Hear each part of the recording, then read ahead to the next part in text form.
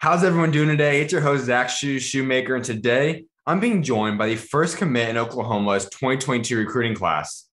He's a four-star recruit out of New Jersey, and he's also a top 75 overall ranked player in the class of 2022.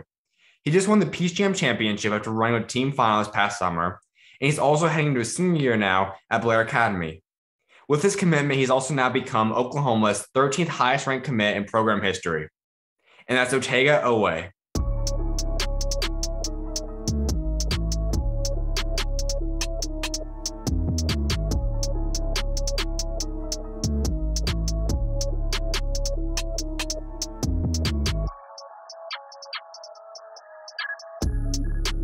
You got to walk us through this. It's been a long recruiting process since the last time we talked. You've now gone from a guy that was just starting to get some offers to one of the top prospects in this recruiting class now. So, how's it feel to be committed now, locked into Oklahoma, and be in the position you're at right now?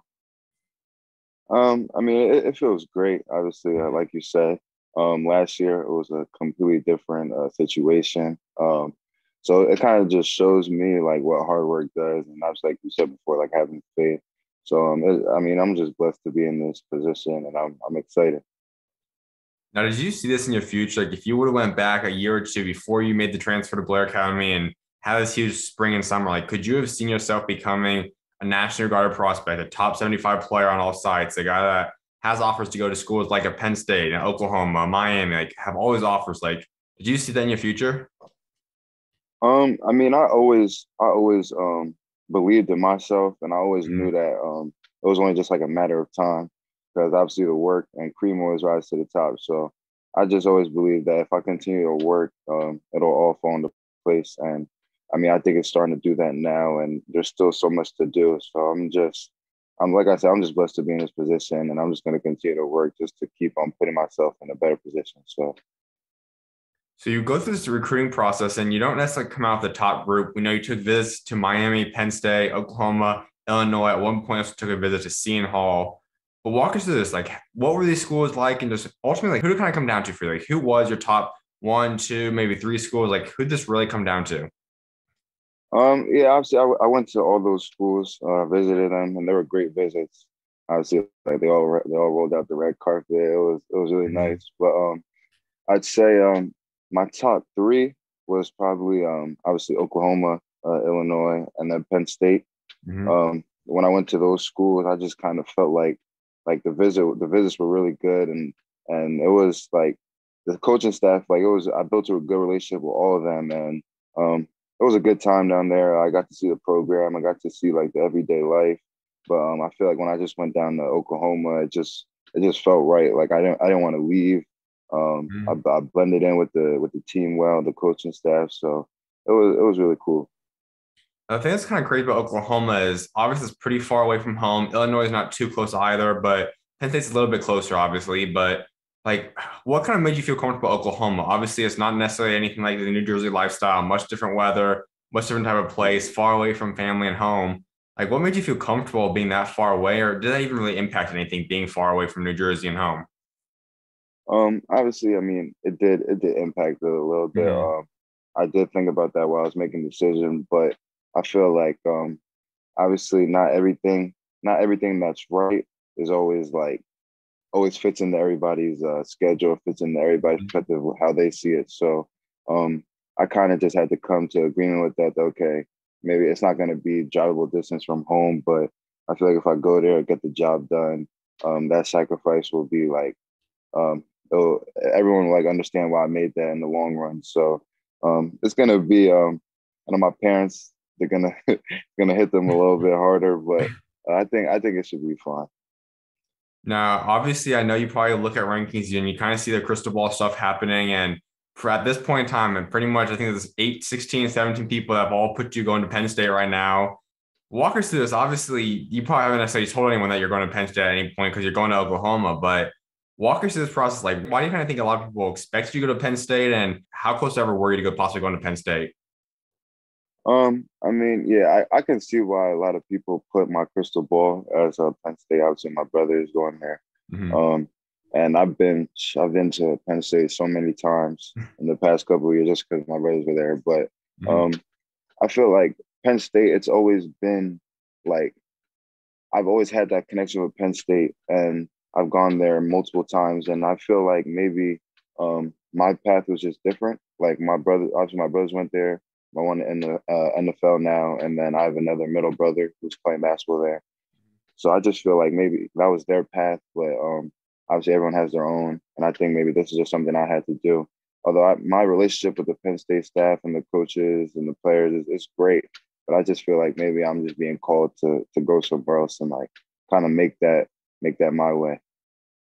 So how appealing was that? Obviously, Odafe didn't play basketball. They play football. And now he's not there anymore. He's in the NFL. But in terms of kind of like he's out there, you got to go play with him for a year in high school, I believe, maybe even two. But you guys got to play together. You're still your brother. How appealing was that whole situation for you? Just knowing that this could kind of be a family atmosphere at Penn State if that was a school you wanted to go to.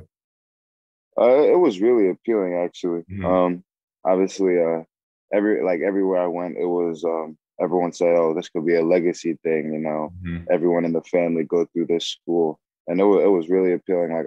Because obviously, I'm at Blair Academy now. My brother went there too, so then do the same thing, go to college, the school my brother went. So, it really caught my eye. But at some point, I had to really look at it and see, like, okay, all this is cool. Everyone wants this. Everyone wants that, but I have to sit down and like take a kind of like a self inventory on myself and see like what I really want to do and where I want to fall under. So all of that stuff was really great and it really did catch my eye. But at the end of the day, like I just had to kind of make this decision for me. So walk us through this then. You obviously go through all these visits. Oklahoma, I believe, was the most recent visit you took. How did Coach win you over? Like, how did this coaching staff come together? The new one, we haven't really seen what Coach Moser and the entire Oklahoma team can do yet. The first year recruiting, first year as a head coach and a coaching staff there. How did they ultimately win you over? Like, what was their pitch to you and how did they land you? When I went on the visit, I kind of just got to see the whole like culture of the program. Obviously, he Mhm. comes from a winning background at Loyola, which wasn't even like a high major really, but took him to the Final Four. Mhm. Then the Sweet 16, I think last year. So I kind of have faith and see what he can do. And then obviously when I was there, I just saw like the seriousness he takes in development. Like they have film every day. They had to take notes on it. It was, and I haven't seen anything like that. And for me, development is really big on me. And a school that values that is huge. So when I saw that, it really just like everything that they do there, they do like we do at Blair too. So I was like, okay, I'm kind of already doing this, and the fact that they're doing that too, it just feels like it's meant to be. When did it click for you? At what point was it during the visit? A couple days after the visit? Like, when did it all of a sudden click and you said, you know what? Oklahoma's my home. This is where I'm going to be committing to. It was on the visit. I'm not even gonna lie. It was on the visit. I just got that feeling. I was like, yeah, this is right. So when did you tell coaches then, and like going through this process, and like just what was it like talking to them, and when do you kind of plan on being able to tell them officially that you're going to commit there? I told them I want to say like last week. I told them Hmm. last week that yeah, this is because obviously I was supposed to commit on Friday of Hmm. this the past Friday just passed. So I told them that week. And I gave them my word that when I came up there, I didn't want to leave. I feel like it's just a great situation for me with the staff and just even the players as well. So yeah, So what was coach's reaction when you told them? they were excited because I think I'm their first recruit Hmm. in the 2022, and I know the coach Moser told me that he like in all the schools that he's been at, he's never recruited. It was more of like the assistants, and obviously he built that relationship, but he actually was the one that recruited me first. We built a strong relationship and stuff like that. So um, it meant a lot for him. The fact that like I believed in him and trust him to like really guide me. And that was the big thing I want to touch up on with you because obviously at the end of the day, you're going to be going there, but it's a little bit more significant. I know he brought in a couple of different guys through transfer portal, a couple of recruits. He also brought in this 2021 class to kind of fill his roster, but you're his first like true commit, like going through a whole recruiting process. You're the very first guy ever to say, you know what, coach, I trust in you. I want to play for you now. Take us through what that means to you. Like, does that significant to you? What does that mean to you to know that, I was the coach's very first commit. I was Coach Moser's very first player to say, I'm trusting you. I want to play for you this year in college. It means a lot to me because Hmm. I like to be put in that position where like a lot is kind of demanded on me, and Mhm. the fact that I'd be the first commit and the first person that he recruited to the program, I think I'd have to go there really showcase what I can do for the program and showcase how I can help. So I like being put in that situation, and the fact that I was able to be put in that situation by him recruiting me, I really appreciate it. Oklahoma hasn't been regarded as landing many top guys. We've seen guys like obviously Buddy Hield, Trey Young. They have had top players, but they're not necessarily a school that brings in the top 100 recruits year in, year out. So you now put yourself in an elite company. Like you have your top 15 type ranked recruit now all time. Is there any pressure that comes with that? And knowing that you have expectations, you have kind of a more bigger spotlight on you coming as a freshman next year. Is that any kind of pressure on you? Nah, no pressure at all. Mhm. I mean, I've worked to kind of be in the situation that I'm in now, and obviously it's not just I didn't just work to be that to make that milestone. Like I want to work to keep on building on top of that, and obviously to make it to the professional league. So it's no pressure at all. I think for the places where I want to go, this is just a bit of the stuff that I have to deal with. So I'm ready. On the other hindsight of that, obviously, I know rankings don't matter to too many guys, but if you just see yourself get a bigger and bigger spotlight now behind your name, because before you weren't necessarily someone that people knew walking to a game. Now you appear to a game and everyone knows, okay, we know who he is. We're in game plan for you. Has that changed at all for you? And how have you adjusted to that now in the past year?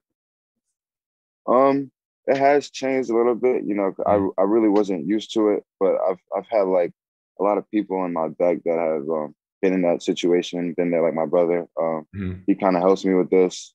Then I've had like my high school coaches let me know, like, okay, we're about to go to a game.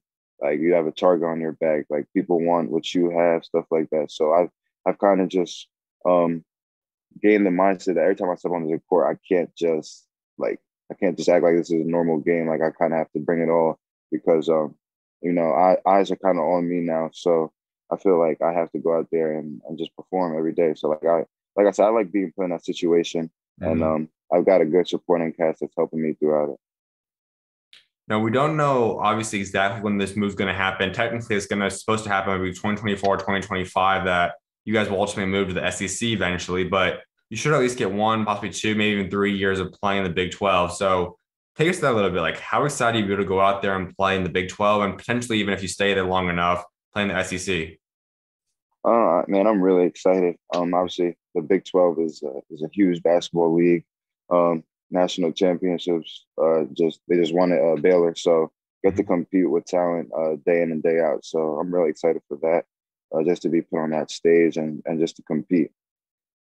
So did the conferences play any impact on you? Like, were you excited to go play in a Big 12 and possibly in the SEC down the road, or did that not really impact you too much? Yeah, it did impact me a lot because obviously the Big 12. I looked into each conference and how they play. The Big 12 is kind of like a fast defensive Mhm. kind of pro conference, and the SEC is definitely like an athletic kind of like a showcase conference. So the fact that okay, Big 12, that's kind of my game style as well, and the same with the SEC. That really just caught my eye. I was kind of texting with you that too. Like when you talk about you going in there, you see the countless guys, even on your Oklahoma team. Elijah Harkless, obviously the big time guy that's kind of similar to you with the defensive knack, but there's just countless guys that you see are always defensive player of the year type candidates. You see Marcus Garrett, Elijah Harkless, obviously. Like the list goes on of Jared Butler. Like there's always this great defensive play. Davion Mitchell. Like there's so many great defensive players. So how does you step Yeah. up to that plate now? You see the history of defenders in the Big 12. How do you kind of plan to go out there and step up and say, I want to become the next great defender in the Big 12, and not just that, but the entire country? I mean, I'm excited for that because Mhm. I'm kind of working on that now. My high Mhm. school coach has been drilling into my head that you can be one of the best defenders or two-way players in the country. So I'm Mhm. just trying to definitely lock in and just make sure that when I step in on the court as a freshman, I could immediately make an impact on that defensive end. So I'm excited to be put in that position um, to just show that I can defend the ball on the ball as well. So. So for this 2022 class, you are the very first commit. Are there other guys that you guys are targeting? And if so, who's someone else that you'd like to play with and bring out that Oklahoma with you? Yeah, there. I mean, after I announced, there's definitely gonna be a couple people that, Mhm. I try and recruit. Uh, as of right now, I know one person I'm gonna definitely hit up is Milos. Mhm. He's also another one of Oklahoma's recruits, a top 100 player as well. So I think that would be a good duo if we could get him as well.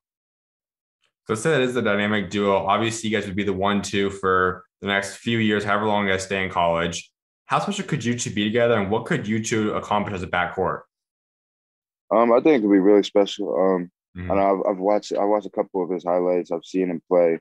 I think he's probably like one of the best like facilitators in our Mhm. class. But he can also go out there and put the ball on the floor and get a buck too. So um, I think with that combination of me being a good defender, being able to knock down open shots, being able to get to the basket, defend, all that type of stuff, and then him being able to facilitate, make those plays. I think it'll be a really good duo. I also have to ask you a little bit more about Coach Moser. Obviously, we know that I know you're a believer too. And we're going to get more into that in a little bit. And I know he also has faith behind him. So, was that impactful on your recruiting process? You guys talk about that at all, or did that not really come up too much in the process? We did actually. Hmm.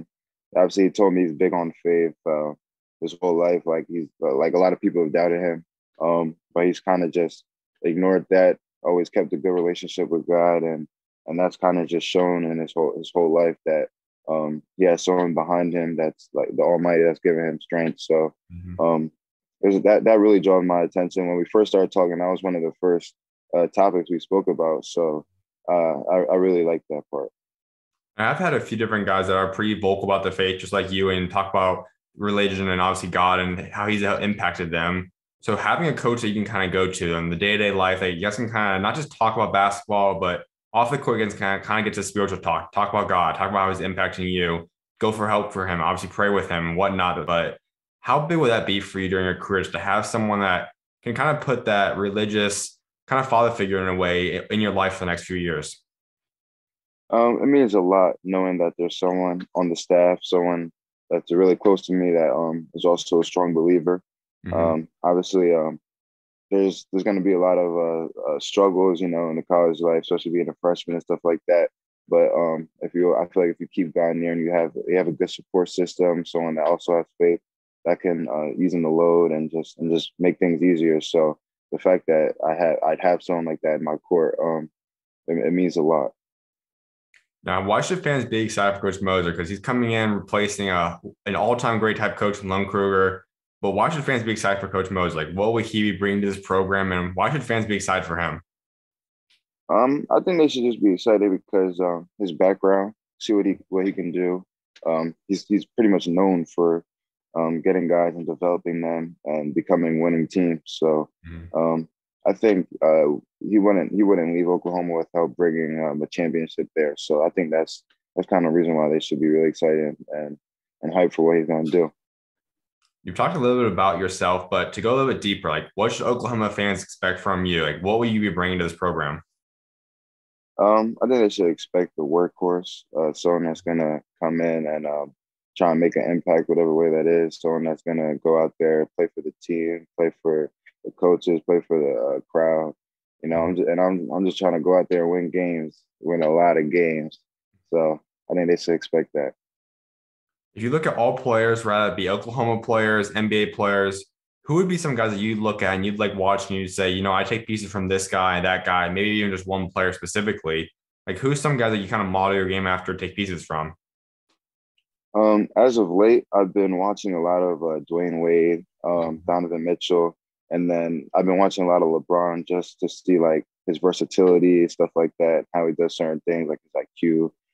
So I've been watching a lot of those guys and just trying to take like little bits of their game and try and put it together and put that in my game. Absolutely, man. We're gonna get back into Oklahoma to wrap this up for a couple different questions, but I want fans to get to know you a little bit better. So we head into that family. I know we touched up on it a little bit. You have a brother that's playing for the Baltimore Ravens right now, a rookie, having an incredible start to his career. Another brother that's now playing at Penn State. Take us through this though. Like, you're just growing up in this athletic family. It's not too often you see three Division I players, also one pro at this point at least. What's it been like growing up in that family? It's been amazing. Growing up, like we've always been competitive, so we've kind of we've kind of always seen this happening. Like eventually, it was only like a matter of time.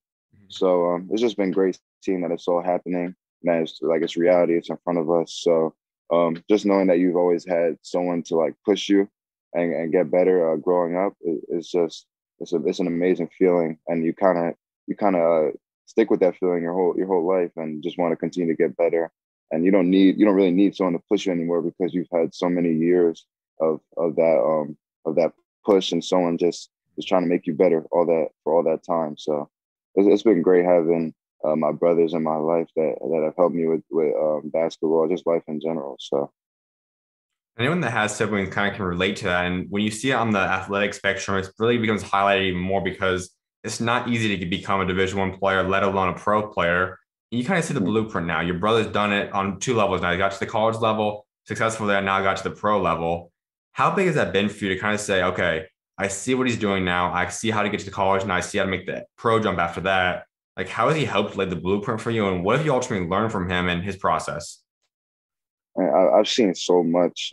I just see how much work is needed to get to even that Division I level, and then to make it to the pros.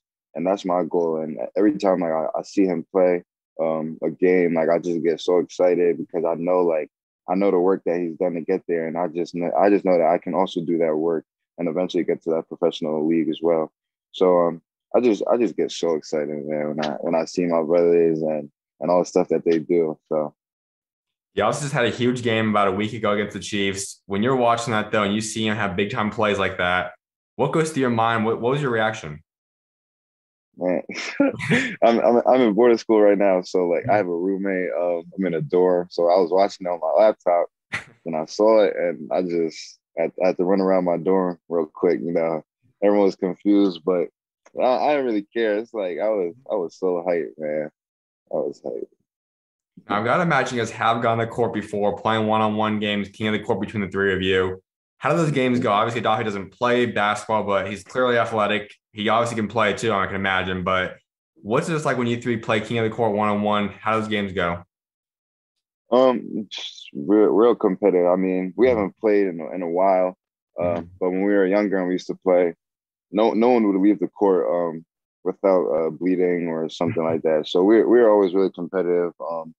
Obviously, Dafa used to win when we were younger, but as we've all gotten older, it's become like, shoot, we don't leave the court. We don't leave the court without any bruise or anything, and no one accepts losing. So it's been great growing up and playing with them. So I've really enjoyed it. Let's say we were able to get all three of you guys on a court right now today. Who's winning king of the court in the one game right now? Oh, me. I'm winning that.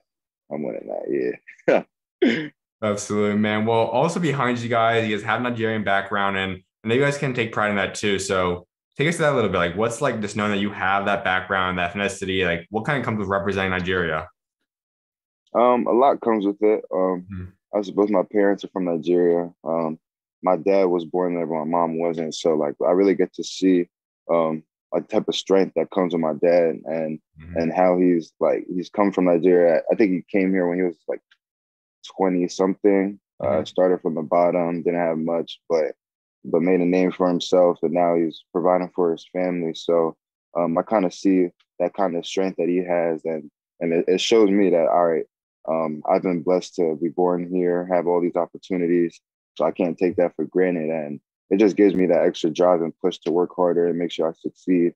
And it's just been great. Honestly, being Nigerian, because I feel like that we come with a different type of strength, I believe. Mm-hmm. And we know that guys have had the opportunity now to possibly go out there and play for the Olympic team. Obviously, you're still younger now, wasn't it? You're too young to probably play in the Olympics this past year, but down the road now, rather it be in the upcoming Olympics, maybe ones following that, is playing for Nigeria in the Olympics something that you'd be heavily interested in? Would you want to do that? Like, where do you kind of stand with that? Oh, most definitely something I want to do. I've been in talks with a lot of the coaches that are working for the national team. Mm-hmm. Like you said, yeah, I was a little young to be in that this year, but for years to come, I definitely be excited to play for and represent my country.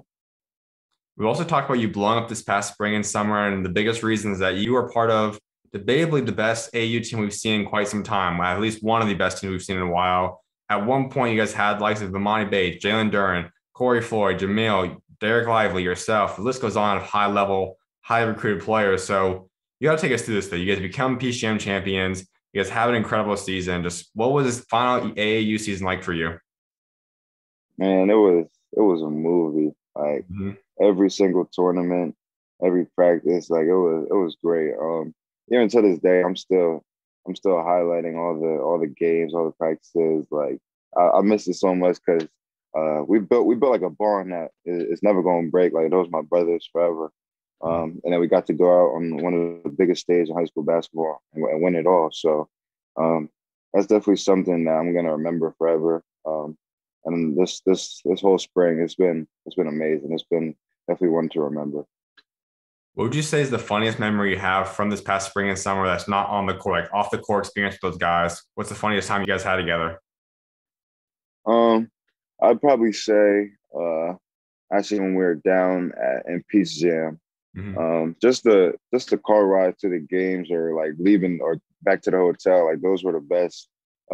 Blasting music, everyone singing and just cracking jokes, like or when we were at like the UIBL lounge that they had, like the players lounge, we got to just Mhm. chill, play 2K, stuff like that. So between those two, those are really good times.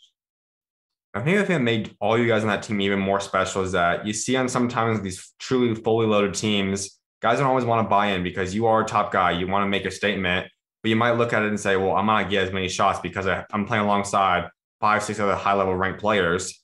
But you guys all bought into the system. You guys all said, you know what, I'm not gonna get as many shots if I were on another team. I'm gonna take advantage of my opportunity and we're all gonna play together. So how'd you guys Mhm. buy into that? How'd you guys say, you know what, I'm not gonna worry about myself completely, let's buy into this, and then it ultimately made all you guys shine. Like, how'd you guys all buy into that?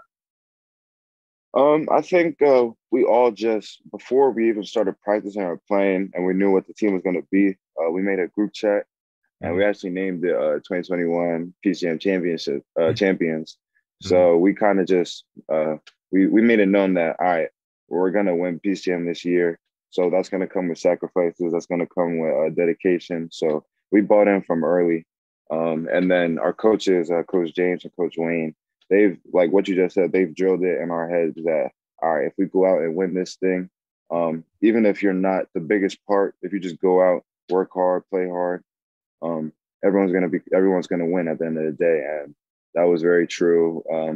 Even the people that didn't have such a big role, they went out and did what they do best, and looked really good doing it. So I say we just bought in from the jump, and it all just worked out well.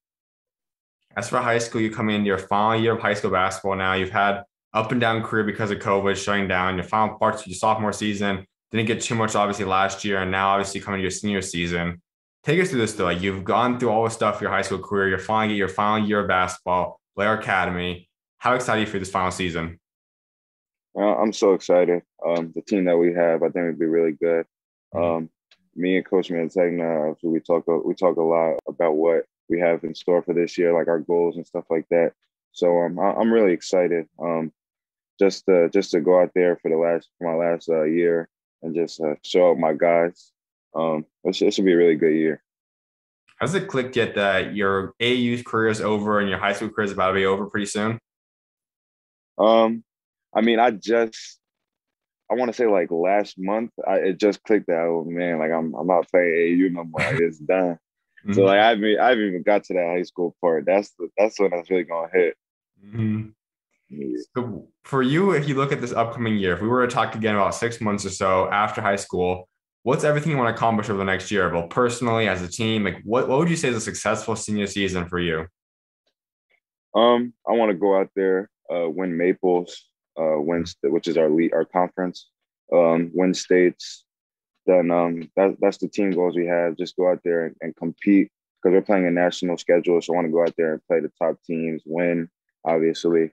Then I want to win a Gatorade Player of the Year in New Jersey, Mhm. um, and then just show that I'm one of the best top 50 players in the country, one of the best in the country. So um, I think that would be a really successful year in my eyes. No doubt. Well, a couple more things before I let you go. One of which is something I was like wrapping up is talking about your legacy. And I know that all guys want to remember for something. So you know your next chapter now, it's at Oklahoma.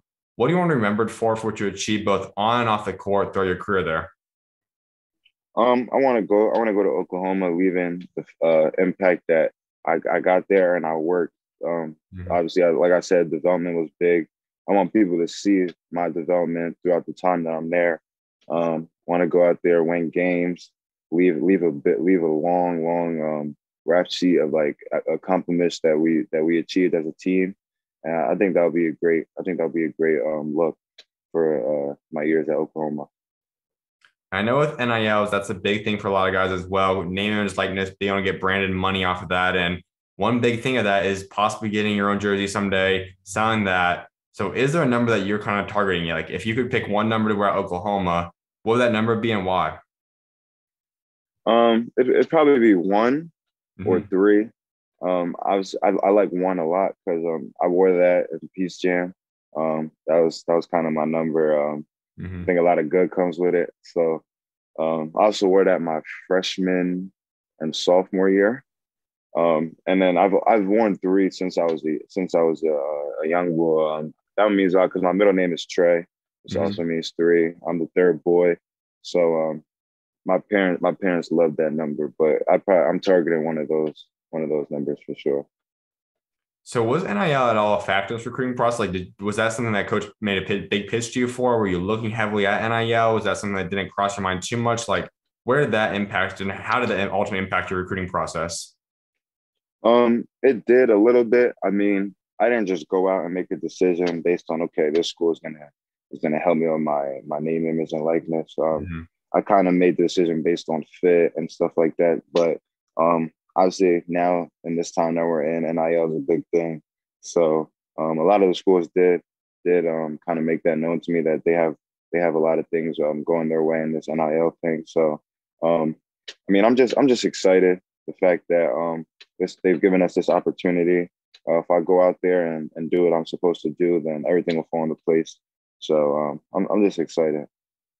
The thing I want to wrap up talking about is the thing that obviously we talked a little bit about it throughout this interview, and that is your faith. And I know you're a big believer in God and you're very vocal about that as well. So go a little bit deeper into that. Like, how have you seen God help get you to the point that you're at today? Kind of like we said earlier. There wasn't really much that I had last year. Obviously, we didn't have. I didn't have a season. COVID shut down AAU, shut down a lot. Um, so just seeing how this year it's like completely different. It just shows that faith is a big part of my life. Even way before this year and the years prior, like I was struggling with basketball, struggling with school, all that stuff. But I just always prayed and just saw how he's worked in my life. So that's why I'm so vocal with my faith because I've seen him move mountains in my life. So That's one thing I love about you because obviously there's a lot of guys that are believers in the basketball world, but there's not too many that's as vocal as you. And you even have in your as your Instagram name, you have to God be the glory. You have Proverbs 16:3 in Instagram and Twitter bios. Walk us through that aspect. Like, why have you decided to say, I'm not just gonna be a believer, but I'm gonna be vocal. I want to spread his light. I want to be his light to the world. Like, why have you decided to go to that other extent and it kind of make sure to be his light on a public scene as well?